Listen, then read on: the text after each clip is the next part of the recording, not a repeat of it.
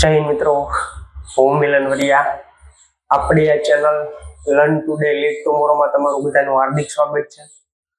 તો આપણે કંઈક વાત કરતા હતા ભારતના બંધારણની. એમાં આપણે અગાઉ 9 લેક્ચર જોઈ લીધા હતા અને આજે 10મો લેક્ચર છે. તો આપણે જોતા હતા કે ભારતના બંધારણના ઇતિહાસમાં કઈ કઈ બાબત હતી.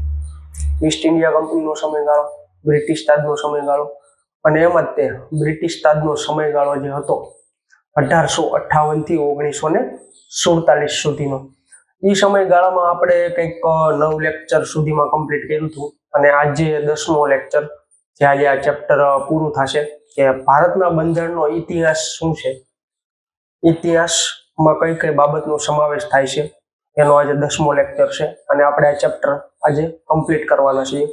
તો એમાં આપણે વાત કરીએ બ્રિટિશ તાજનો જે સમયગાળો હતો. બ્રિટિશ તાજના સમયગાળામાં 12મું જે માઉન્ટ બેટન યોજના 1947 જે યોજના એક આવી હતી, માઉન્ટ બેટન યોજના 1947. તો એ બાબત જે માઉન્ટ બેટન યોજના એમાં કઈ કઈ બાબત હતી તો કે બ્રિટિશના વડાપ્રધાન ક્લેમેન્ટ એટલી, બરોબર, એણે 20 ફેબ્રુઆરી 1947 ઘોષણા કરી દીધી કે 30 જૂન 1948 સુધીમાં આપણે બ્રિટિશ તાજના શાસનનો અંત આવશે. જે ભારત ઉપર બ્રિટિશ તાજનું શાસન હતું એનો અંત આવશે એવું ક્યારે કીધું એને? 20 ફેબ્રુઆરી 1947. ત્યાં સુધીમાં અંત આવશે 30 જૂન 1948. પછી આપણે જોઈએ તો કે બ્રિટિશ તાજના શાસનનો અંત આવે એવું સ્ટેટમેન્ટ તો આપી દીધું વડાપ્રધાને, પણ મુસ્લિમ લીગ દ્વારા વિરોધ થાય છે અને અલગ દેશ પાકિસ્તાનની માંગણી કરાય છે કે બ્રિટિશ તાજનો શાસનનો અંત આવ્યો પણ મુસ્લિમ લીગ છે એ વિરોધ કરે. કોણ વિરોધ કરે છે? મુસ્લિમ લીગ વિરોધ કરે છે કે અમને અલગ પાકિસ્તાન બનાવી આપો, અમારે અલગ દેશ જોઈતો છે. એટલે ત્યારે જે તત્કાલીન વાઇસરોય હતા માઉન્ટ બેટન, કોણ હતા? Mountbatten. એને ભારત અને પાકિસ્તાન એમ વિભાજન કરતી 3 જૂન 1947 ની એક યોજના બહાર પાડી. એટલે આ જોઈએ માઉન્ટ બેટન યોજના બીજા કયા નામે ઓળખાય તો એને 3 જૂન યોજનાના નામે પણ ઓળખાય છે. પછી આપણે જોઈએ તો આગળ ભારતીય સ્વતંત્રતા અધિનિયમ 1947. એમાં કઈ કઈ બાબત હતી તો કે બ્રિટિશના સંસદમાં જે આગળ બ્રિટિશ તાજના શાસનનો અંત આણવાની વાત થઈ હતી, બરોબર, માઉન્ટ બેટન યોજનામાં, એની ઉપર બ્રિટિશના સંસદમાં બંને પક્ષોમાં ખરડો પસાર થાય છે. બંને પક્ષોમાં ખરડો પસાર થઈ ગયા પછી જે અધિનિયમ આવ્યો એટલે આપણે એને ભારતીય સ્વતંત્રતા અધિનિયમ 1947 તરીકે ઓળખીએ છીએ. પછી આપણે જોઈએ તો કે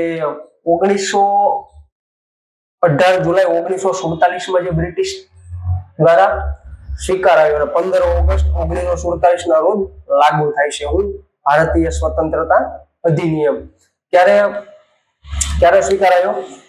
18 જુલાઈ 1947 અને અમલમાં ક્યારથી આવશે, લાગુ ક્યારથી પડશે? 15 ઓગસ્ટ 1947. હવે 14 અને 15 ઓગસ્ટ 1947 ની મધ્યરાતે આપણો ભારત દેશ છે એ આઝાદ થાય છે અને બ્રિટિશ તાજનું જે શાસન હતો એનો ભારતમાં અંત આવે છે. હવે અંત આવે એટલે 2 દેશો બને છે. કયા કયા? ભારત અને પાકિસ્તાન. આ 2 દેશો અલગ પડે છે. એક સિંગલ જે અલગ અલગ રજવાડાઓ હતા, અલગ અલગ સ્ટેટ હતા, જે સંઘમાં જે રાજ્યોનો સમાવેશ થતો હતો, એ બધી વસ્તુ માંથી 2 દેશો અલગ પડે છે. કયા કયા? ભારત અને પાકિસ્તાન. વાઇસરોયનું પદ નાબૂદ કરવામાં આવે છે અને ફરીવાર ગવર્નર જનરલનું પદ બનાવવામાં આવે છે. એટલે સ્વતંત્ર ભારતના ગવર્નર જનરલ કોણ હતા એવું પૂછાય તો કોણ હતા? માઉન્ટ બેટન હતા. હવે સ્વતંત્ર ભારતના ગવર્નર જનરલ, પ્રથમ ગવર્નર જનરલ કોણ હતા? માઉન્ટ બેટન હતા. એનો સમયગાળો કયો હતો? 15 ઓગસ્ટ 1947 થી 21 જૂન 1948 સુધી આ માઉન્ટ બેટનનો સમયગાળો હતો. એટલા સમય માટે એ ભારતના પ્રથમ ગવર્નર જનરલ બન્યા હતા. પછી તો કે બંને દેશોને પોતપોતાનો બંધારણ બનાવવાનો સ્વતંત્ર અધિકાર આપવામાં આવ્યો કે ભારત પાકિસ્તાન એમ બે જે દેશ બન્યા એને પોતપોતાનું બંધારણ સ્વેચ્છાએ બનાવી શકે છે. પોતપોતાને સ્વતંત્રતા આપવામાં આવી કે તમે તમારું બંધારણ બનાવો, ભારત ભારતનું બંધારણ બનાવશે. પછી તો કે બંને દેશોમાં પોતાના દેશી રજવાડાઓને ભારતમાં અને પાકિસ્તાનમાં જોડાવા માટે સ્વતંત્રતા આપવામાં આવી કે અમુક જે દેશી રજવાડા બાકાત હતા એની સ્વતંત્રતા આપવામાં આવી કે તમે સ્વેચ્છાએ અમારા ભારત સાથે જોડાવવું હોય તોય ભલે, પાકિસ્તાન સાથે જોડાવવું હોય તોય ભલે, એવી સ્વતંત્રતા આપવામાં આવી.